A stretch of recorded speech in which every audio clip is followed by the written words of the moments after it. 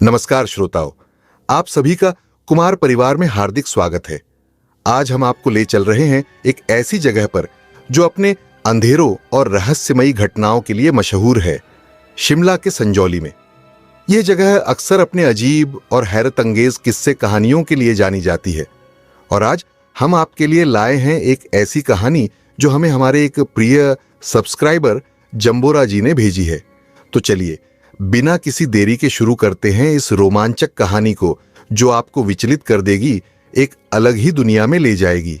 अगर आप हमारे चैनल पर नए हैं तो रिश्ते की मजबूती करने के लिए चैनल को अभी सब्सक्राइब करें और बेल आइकन को जरूर दबाएं, ताकि हर नई कहानी की सूचना सबसे पहले आप तक पहुंचे। एलिजाबेथ का जन्म इंग्लैंड के एक प्रतिष्ठित और धनी परिवार में हुआ था। उसका परिवार समाज के उच्च तबके से ताल्लुक रखता था, जहां उसकी परवरिश बेहद देखरेख और ऐश्वर्य में हुई। वह एक इकलौती संतान थी और उसके माता पिता ने उसे अपनी आंखों का तारा माना। बचपन से ही उसे श्रेष्ठ शिक्षा दिलाने का ध्यान रखा गया। उसे संगीत, कला और साहित्य में विशेष रुचि थी और वह हमेशा अपने शिक्षकों से प्रशंसा पाती थी। उसकी बुद्धिमत्ता के साथ साथ उसकी सुंदरता भी उसे समाज में अद्वितीय स्थान दिलाती थी। लंदन के कई सामाजिक समारोहों में उसकी उपस्थिति आकर्षण का केंद्र बनती थी और उसे सोसाइटी की सबसे आकर्षक महिला कहा जाता था। एलिजाबेथ की बड़ी बड़ी नीली आंखें, सुनहरे बाल और गौर वर्ण उसे एक राजकुमारी जैसी दिखावट देते थे। उसकी मुस्कान में एक अनोखी मासूमियत और आकर्षण था जो लोगों को उसकी ओर खींचता था। उसकी शालीनता और शिष्टाचार भी उसकी आकर्षक व्यक्तित्व का हिस्सा थे। उसका परिवार उसे समाज के सबसे योग्य और प्रतिष्ठित व्यक्ति के साथ विवाह करने की योजना बना रहा था। उस समय जेम्स नाम का एक ब्रिटिश अधिकारी जो भारतीय उपनिवेश में काम कर रहा था, इंग्लैंड आया हुआ था। वह भी उच्च समाज से जुड़ा था और अपनी काबिलियत के कारण एक आदर्श वर माना जाता था। एलिजाबेथ और जेम्स की पहली मुलाकात लंदन के एक बड़े आयोजन में हुई। जेम्स उसकी सुंदरता और शालीनता से बेहद प्रभावित हुआ और जल्द ही दोनों के बीच नजदीकियां बढ़ने लगीं। उनके परिवारों ने भी इस रिश्ते को मंजूरी दी और कुछ ही समय बाद उनकी शादी की धूमधाम से घोषणा कर दी गई। शादी के बाद जेम्स ने शिमला में अपनी नौकरी फिर से शुरू की और एलिजाबेथ को भी उसके साथ वहां आना पड़ा। शुरुआत में वह भारत की खूबसूरती और शिमला की हरी भरी वादियों से बेहद प्रभावित हुई।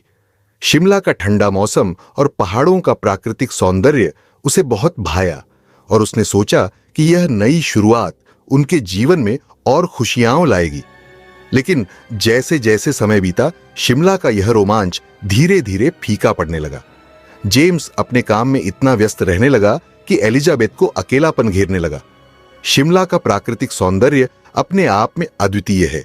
हरे भरे पहाड़, घने देवदार के जंगल और बर्फ से ढके पहाड़ों का नजारा देखने में इतना मनमोहक है कि किसी भी इंसान का दिल इसे देखकर मोह लिया जाए।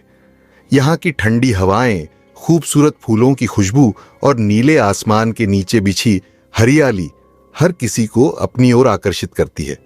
शिमला के बाजारों में टहलने पर आपको स्थानीय लोगों की गर्मजोशी और उनकी संस्कृति की झलक भी मिलती है। यहाँ के बाग बगीचे, ऊंची चोटी पर स्थित मंदिर और ऐतिहासिक इमारतें इस जगह को एक अलग ही जादू देते हैं। एलिजाबेथ जब शिमला आई तो उसने सोचा कि यह नया सफर उनके लिए खुशियों से भरा होगा। प्रारंभ में वह शिमला के खूबसूरत नजारों में खो गई। वह पहाड़ी रास्तों पर टहलती, देवदार के पेड़ों की छांव में बैठती और खुद को प्रकृति के साथ जोड़ती। यहाँ के मौसम ने उसे राहत दी और उसे लगता था कि यह स्थान उसके लिए एक नई शुरुआत है। लेकिन जल्द ही उसके जीवन की वास्तविकता उसके सामने आने लगी। जेम्स का काम इतना व्यस्त था कि वह घर लौटने में अक्सर देर कर देता था। वह अपनी ड्यूटी में इतना लिपटा रहता था कि एलिजाबेथ को अक्सर अकेले ही अपने समय का सामना करना पड़ता। शुरू में उसने यह सोचकर खुद को व्यस्त रखा कि जेम्स के काम की जिम्मेदारियां महत्वपूर्ण हैं, लेकिन जैसे जैसे समय बीतता गया उसे यह एहसास हुआ कि उसका पति उसे भूल चुका है। एलिजाबेथ का अकेलापन गहराता गया। उसने कई बार कोशिश की कि वह जेम्स से बातचीत करे, लेकिन हर बार जेम्स ने उसे अनदेखा कर दिया। वह अब अपने जीवन में एक छाया की तरह रह गई थी। उसे खुद को अकेलेपन से उबारने के लिए अपनी पुरानी शौकों की याद आई, लेकिन उन सब में कोई आनंद नहीं था। उसने कई बार सोचा कि क्या उसकी जिंदगी बस इसी तरह अकेलेपन में बिताने के लिए है। वह अपनी खूबसूरती और समझदारी के बावजूद एक खालीपन महसूस कर रही थी।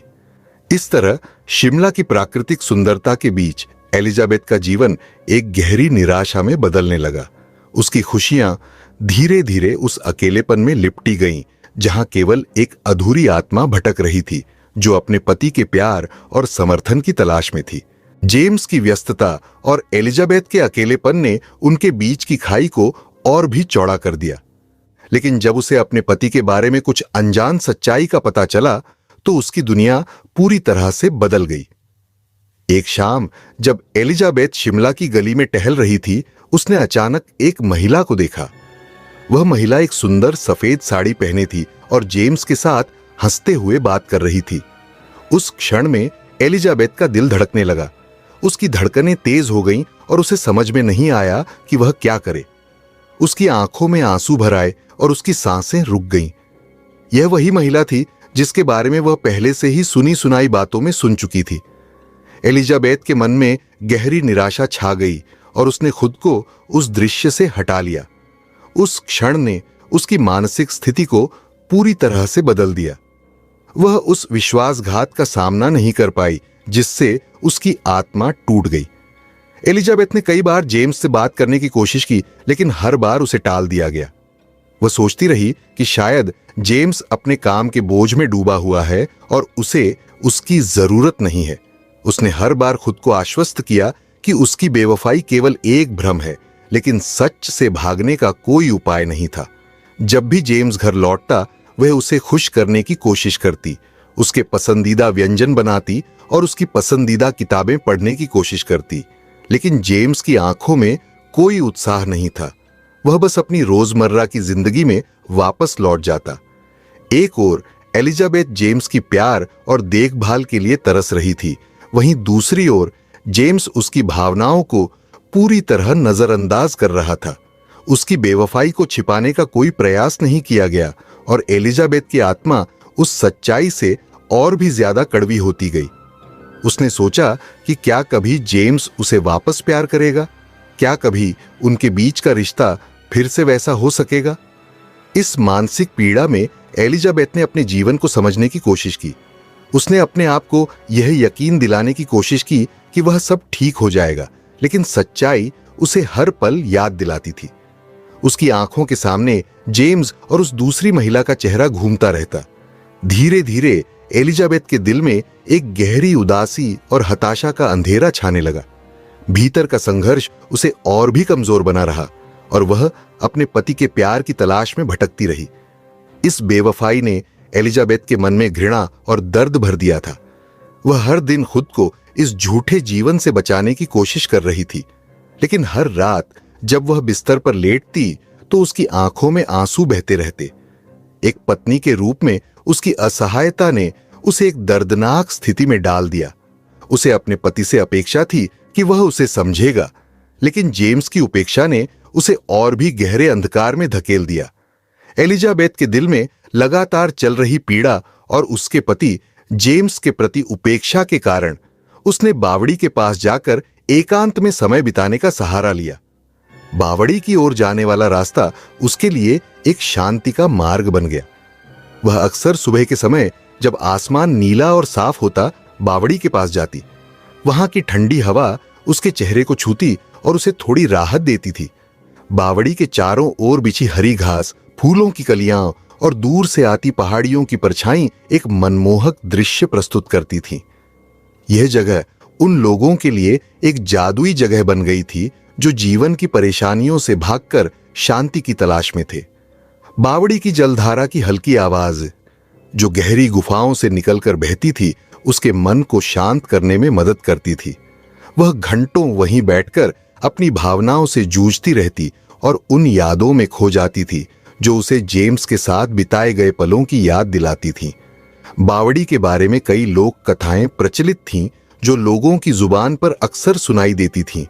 स्थानीय लोग कहते थे कि कि इस बावड़ी में एक पुरानी आत्मा निवास करती है जो लोगों की दुख दर्द और प्रेम की कहानियों को सुनती है। कुछ लोग मानते थे कि यह आत्मा एक सुंदर महिला की है जिसने अपने प्रेम के लिए सब कुछ त्याग दिया था। प्रेम की कहानी सुनकर कई लोग उसे अपना सच्चा साथी मानते थे और उसके सामने अपने प्रेम की प्रार्थना करते थे। एक लोक कथा में कहा जाता है कि अगर कोई व्यक्ति सच्चे मन से बावड़ी में जाकर अपनी परेशानी साझा करता है तो वह महिला की आत्मा उसे सुनती है और मदद करती है।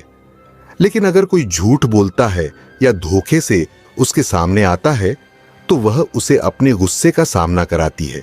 एक और कहानी बताती है कि कई साल पहले एक युवक अपनी प्रेमिका को खोने के बाद बावड़ी के पास आया था। उसने वहां रात बिताई और अगले दिन वह पूरी तरह से बदल चुका था। उसने कहा कि उसने रात को एक सुंदर महिला को देखा जिसने उसे उसके खोए हुए प्रेम का दर्शन कराया था। वह महिला रोती हुई उसे समझा रही थी कि सच्चे प्रेम में कभी धोखा नहीं होना चाहिए। इन कहानियों ने एलिजाबेथ को बावड़ी की ओर और भी आकर्षित किया। वह अक्सर उन आत्माओं के साथ संवाद करने की कोशिश करती, मानो उसकी पीड़ा को समझने के लिए वह बावड़ी के पास आई हो। उसे लगता था कि शायद उस जगह की शक्तियां उसे अपने जीवन के दर्द से मुक्त कर सकेंगी। बावड़ी की खूबसूरती और उसके रहस्यमय वातावरण में उसे एक तरह की सांत्वना मिलती थी जो उसकी बिखरी हुई आत्मा को कुछ पल के लिए सुकून देती थी। उस रात जब चांद की रोशनी शिमला के पहाड़ों पर बिखरी हुई थी, एलिजाबेथ के मन में एक गहरी निराशा का अंधकार छा गया था। वह अपने अकेलेपन और जेम्स की बेवफाई के बोझ तले इस हद तक दब गई थी कि उसके लिए जीना अब असंभव सा लग रहा था। उसने अपनी आत्मा के भीतर चल रहे संघर्ष को महसूस किया जो उसे अंदर से कचोट रहा था। उसके दिल की धड़कनें तेज हो गईं और उसे ऐसा लगा जैसे जीवन ने उसे धोखा दिया है। उसके मन में दर्द की लहरें उठने लगीं। वह खुद को एक निराशाजनक स्थिति में पा रही थी जहां कोई मदद नहीं थी, कोई उम्मीद नहीं थी। उसके आंसुओं की धाराएं रुकने का नाम नहीं ले रही थी। उसकी आंखों में खौफनाक यादें ताजा थीं जो उसे जेम्स के साथ बिताए सुखद पलों की याद दिला रही थी। लेकिन उन सुखद पलों के विपरीत उसकी सच्चाई उसे हर पल और अधिक कुचल रही थी। वह अपनी खुशियों को खो चुकी थी और अब केवल दर्द ही दर्द था। एलिजाबेथ ने सफेद साड़ी पहनने का फैसला किया जो उसे एक अंतहीन शांति की ओर ले जाने का प्रतीक लग रहा था। वह जानती थी कि यह उसका अंतिम निर्णय है। उस साड़ी में वह एक अदृश्य शक्ति महसूस कर रही थी, मानो यह उसे उसके दुहक से मुक्त कर देगी। अपने आप को संजोते हुए उसने अपने मन में अंतिम विचारों को समेटा और बावड़ी की ओर चल पड़ी। जैसे ही वह बावड़ी के पास पहुंची, उसने महसूस किया कि रात का वातावरण उसके मन की स्थिति के अनुरूप था। चारों ओर सन्नाटा था और केवल जलधारा की हल्की आवाज सुनाई दे रही थी। चांद की रोशनी ने बावड़ी के पानी को चांदनी में बदल दिया था, जिससे वह और भी भव्य दिख रही थी। एलिजाबेथ ने एक गहरी सांस ली और अपने दिल को समझाते हुए अपने कदम बढ़ाए। बावड़ी के किनारे पहुंचकर उसने अपने मन में निर्णय ले लिया। वह अपने सारे दुख और पीड़ा को उस जल में छोड़ना चाहती थी। उसने खुद से कहा, यहां मैं शांति पाऊंगी। वह धीरे धीरे पानी में उतरी और जैसे ही पानी उसके शरीर को छूता गया, उसे ठंडक का एहसास हुआ जो उसकी आत्मा को भी ठंडा करने लगी। उसने अपनी आंखें बंद कीं और अपने टूटे हुए दिल और आत्मा की पीड़ा को महसूस किया। यह पल उसके लिए एक नया जीवन, एक नया जन्म लेने जैसा था। उसने सोचा, अब मैं किसी की बेवफाई, किसी के धोखे का सामना नहीं करूंगी। उस क्षण में वह खुद को उन सभी दर्दनाक यादों से मुक्त कर रही थी जो उसे हमेशा सताती थीं। आखिरकार उसने अपनी जान देने का निर्णय लिया। उसके मन में एक अजीब सी शांति का एहसास हुआ। वह जल में डूब गई और उसी क्षण उसके दिल की सारी पीड़ा और दुख जैसे उस जल के साथ बह गए। चांद की रोशनी में उसकी सफेद साड़ी जल की लहरों के साथ बहने लगी, जैसे उसकी आत्मा भी अब स्वतंत्र हो गई हो। उस रात एलिजाबेथ ने अपने दुख से मुक्ति पाई, लेकिन उसकी कहानी वहां खत्म नहीं हुई। बावड़ी के पानी में उसकी आत्मा बसी रह गई, जिससे वह हमेशा के लिए उस दर्दनाक जीवन की गहरी छाया में रहने लगी। एलिजाबेथ की आत्मा जब बावड़ी में डूब गई तो उसकी पीड़ा और दुख उस स्थान पर स्थायी रूप से बंध गए। उसके जाने के बाद बावड़ी के चारों ओर का वातावरण बदलने लगा। लोगों ने धीरे धीरे अजीब घटनाओं का अनुभव करना शुरू किया जो पहले कभी नहीं हुई थीं। रात के अंधेरे में जब शिमला की पहाड़ियां चांदनी से ढकी होती थीं, तब बावड़ी के आसपास अजीब और गरीब ध्वनियां सुनाई देने लगीं। पहली घटना तब हुई जब कुछ स्थानीय लड़के रात को बावड़ी के पास खेलने गए। अचानक उन्होंने एक सफेद साड़ी में लिपटी एक स्त्री की आकृति देखी। डर के मारे उनके पैरों तले जमीन खिसक गई और वे वहां से भाग गए। उनके चेहरे पर डर और आश्चर्य के निशान थे। जब उन्होंने घर जाकर अपनी मां से बताया तो किसी ने उन्हें विश्वास नहीं किया, लेकिन वह घटना धीरे धीरे पूरे गांव में चर्चा का विषय बन गई। कुछ समय बाद एक महिला ने बताया कि जब वह बावड़ी के पास से गुजर रही थी, तब उसे वहां किसी का रोने की आवाज सुनाई दी। उसने सोचा कि शायद कोई दुखी महिला है, लेकिन जब उसने देखा तो वहां कोई नहीं था। उसकी आंखों में डर की लकीरें थीं और वह यह सोचकर घबरा गई कि उसने क्या देखा था। बावड़ी के आसपास के लोग यह बातें सुनकर और भी डर गए। उन्हें लगता था कि एलिजाबेथ की आत्मा अब बावड़ी में बसी हुई है और उसके साथ अनकही कहानियां और रहस्य भी जुड़ गए हैं। कुछ लोगों ने कहा कि रात के समय जब चांद अपनी पूरी चमक में होता, तब बावड़ी के पानी में अजीब सी चमक दिखाई देती थी, जैसे कोई अपने भीतर की पीड़ा को व्यक्त कर रहा हो। इस डर के कारण लोग बावड़ी के पास जाने से कतराने लगे। बच्चे वहां खेलने से डरते थे और बड़े भी अकेले वहां से गुजरने में हिचकिचाते थे। स्थानीय बाजारों में इस बावड़ी के बारे में कहानियां फैलने लगीं। लोग कहते थे कि अगर कोई उस बावड़ी के पानी में गिर जाए तो उसे वहां की आत्मा अपने पास खींच लेगी। एक रात कुछ युवा लोग अपनी हिम्मत जुटाकर बावड़ी के पास गए। उन्होंने तय किया कि वे यह जानेंगे कि वहां क्या हो रहा है। जैसे ही वे वहां पहुंचे, उन्होंने देखा कि बावड़ी के जल में एक हल्की लहर आ रही थी और वहां एक आकृति थी जो उन्हें घूर रही थी। उन युवाओं ने जो देखा उससे उनके दिल की धड़कनें तेज हो गईं। वे वहां से भाग खड़े हुए और उस रात के बाद वे कभी भी उस स्थान के पास नहीं गए। बावड़ी की कहानियां गांव के बाहर भी फैलने लगीं और लोग इसे चुड़ैल बावड़ी के नाम से जानने लगे। उसकी असामान्य घटनाओं और अजीब आवाजों ने इस स्थान को एक रहस्यमय और डरावनी छवि दी। लोग एक दूसरे को इस स्थान की कहानियां सुनाते और डर की एक परछाई पूरे क्षेत्र में छा गई। हर कोई इस बात से डरता था कि कहीं उनकी आंखों के सामने उस आत्मा का सामना न हो जाए। इस प्रकार एलिजाबेथ की आत्मा ने बावड़ी को एक डरावनी जगह बना दिया, जहां लोगों की कहानियां और उनकी पीड़ा एक साथ समाहित हो गईं।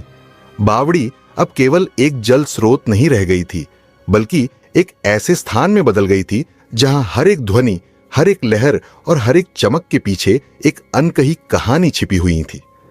रमेश की रात एक आम रात से शुरू हुई थी, लेकिन इसके बाद का अनुभव उसके जीवन का सबसे डरावना पल बन गया। वह अपने काम से घर लौट रहा था और उसकी साइकिल की आवाज रात की सन्नाटे में गूंज रही थी। जैसे ही वह बावड़ी के पास पहुंचा, उसने महसूस किया कि आसमान में बादल घेरने लगे हैं और हवा में एक अजीब सा सन्नाटा था। उसने अपने दोस्तों से सुना था कि बावड़ी के पास रात को रहस्यमयी घटनाएं होती हैं, लेकिन वह हमेशा इन कहानियों को सिर्फ कल्पना मानता रहा था। उस रात जब वह वहां से गुजरा तो उसे एक सफेद साड़ी में लिपटी एक स्त्री की आकृति दिखाई दी। वह अंधेरे में खड़ी थी और उसके लंबे बाल हवा में लहराते हुए दिखाई दे रहे थे। रमेश की धड़कनें तेज हो गईं, लेकिन उसकी सहानुभूति जाग उठी। उसने सोचा, शायद यह कोई बेचारी महिला है जो रास्ता भटक गई है। उसने अपनी साइकिल रोकी और उसके पास जाकर पूछा, क्या आपको घर जाना है? मैं आपको लिफ्ट दे सकता हूं। महिला ने धीरे से सिर उठाया और उसकी आंखों में एक गहरी उदासी झलकी। उसने हामी भरते हुए कहा, हां, मुझे बहुत दूर जाना है। रमेश ने उसे साइकिल पर बैठने का इशारा किया और दोनों आगे बढ़े।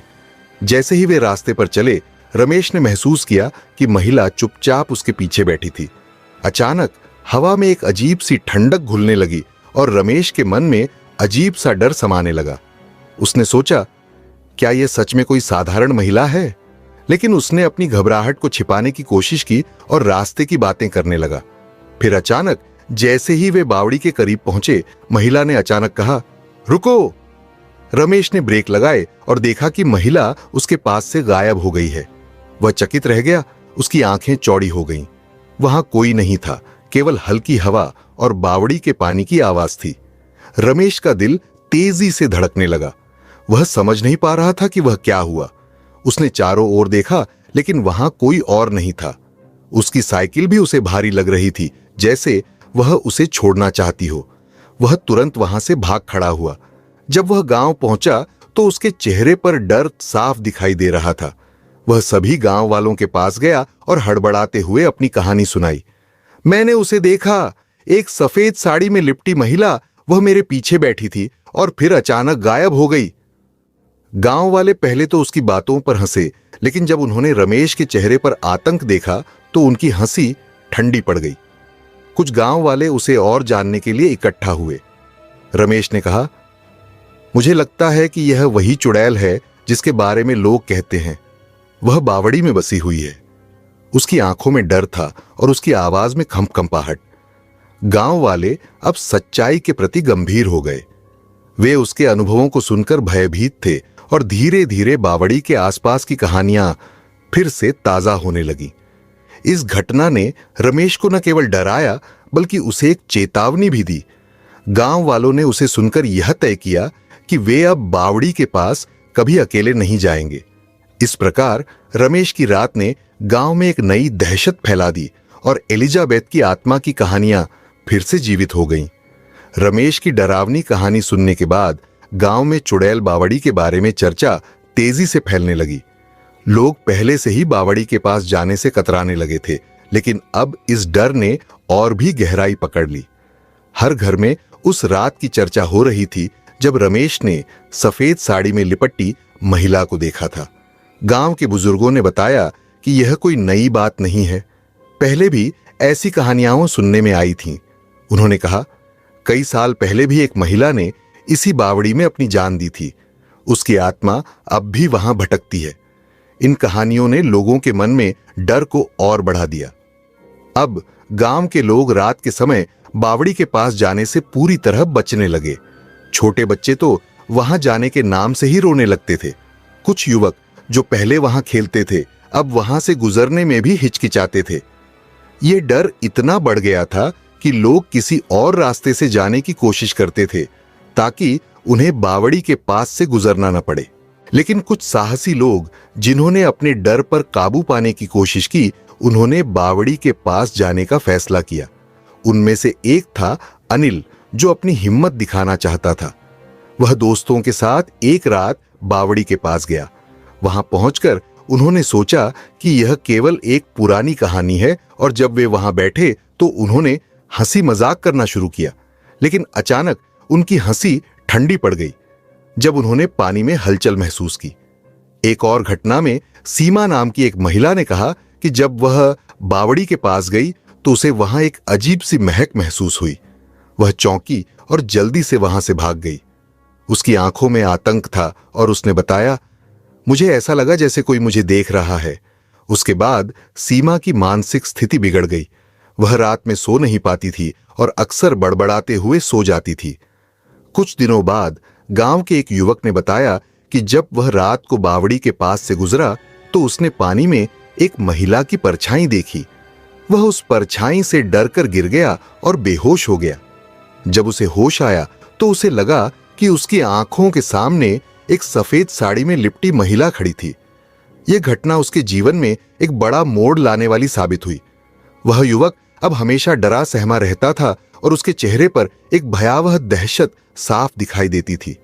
गांव वालों के बीच ये कहानियां और अनुभव डर को और बढ़ाते गए। कुछ लोग तो यहां तक कहने लगे कि जो भी उस बावड़ी के पास जाएगा उसकी जिंदगी बदल जाएगी। यह डर और कहानियां गांव के लोगों के जीवन का हिस्सा बन गई और वे इस बात को लेकर सतर्क रहने लगे। अंततः बावड़ी अब केवल एक जल स्रोत नहीं रह गई थी, यह एक डरावनी गाथा बन गई थी जहां हर एक कहानी, हर एक अनुभव एक नई दहशत पैदा कर रहा था। गांव वाले अब हमेशा इस बात को याद रखते थे कि रात में बावड़ी के पास जाना उनके लिए कितना खतरनाक हो सकता है। इस तरह चुड़ैल बावड़ी की कहानियों ने गांव में एक छाप छोड़ दी और लोग इसे भूतिया स्थान मानने लगे। एलिजाबेथ की आत्मा, जो अब बावड़ी में बसी हुई थी, धीरे धीरे उन लोगों को निशाना बनाना शुरू कर चुकी थी जिन्होंने किसी के साथ धोखा दिया था।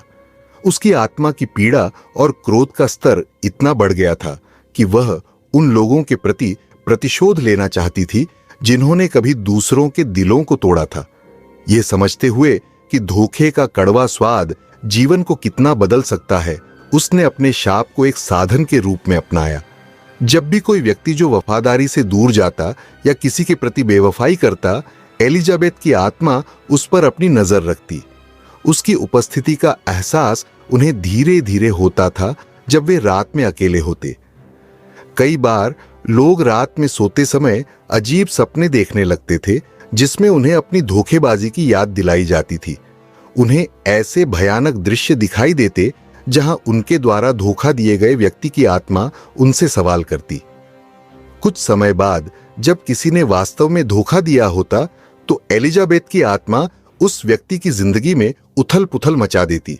उदाहरण के लिए, गांव के एक युवा व्यापारी ने अपनी प्रेमिका को धोखा दिया। इसके बाद उसकी दुकान पर अजीब घटनाएं होने लगीं। उसका सामान अचानक गायब होने लगा और ग्राहक भी कम हो गए।